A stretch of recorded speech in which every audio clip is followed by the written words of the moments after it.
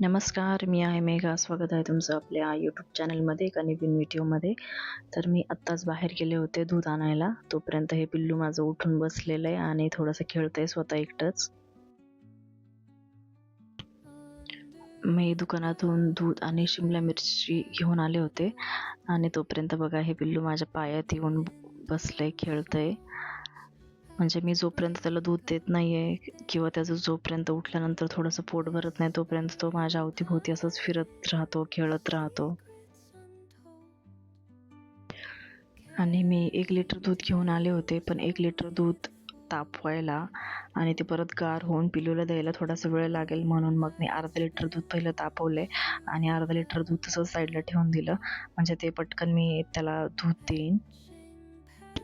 जेव्हापासून त्याला वरचं दूध चालू केलंय म्हणजे 1 वर्ष कंप्लीट झाल्यानंतर, तेव्हापासूनच त्याचं दूध पिण्यासाठी खूप नखरे असतात.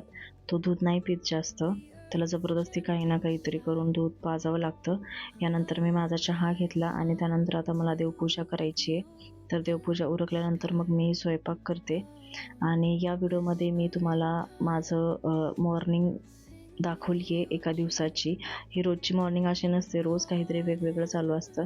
आणि आज मी मॉर्निंगमध्ये बनवलेले होते चपाती आणि वाटाण्याची भाजी.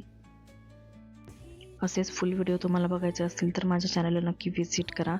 आणि आजचा व्हिडिओ मी इथंच थांबवते. चला तर मग भेटूयात नेक्स्ट व्हिडिओमध्ये. तोपर्यंत बाय.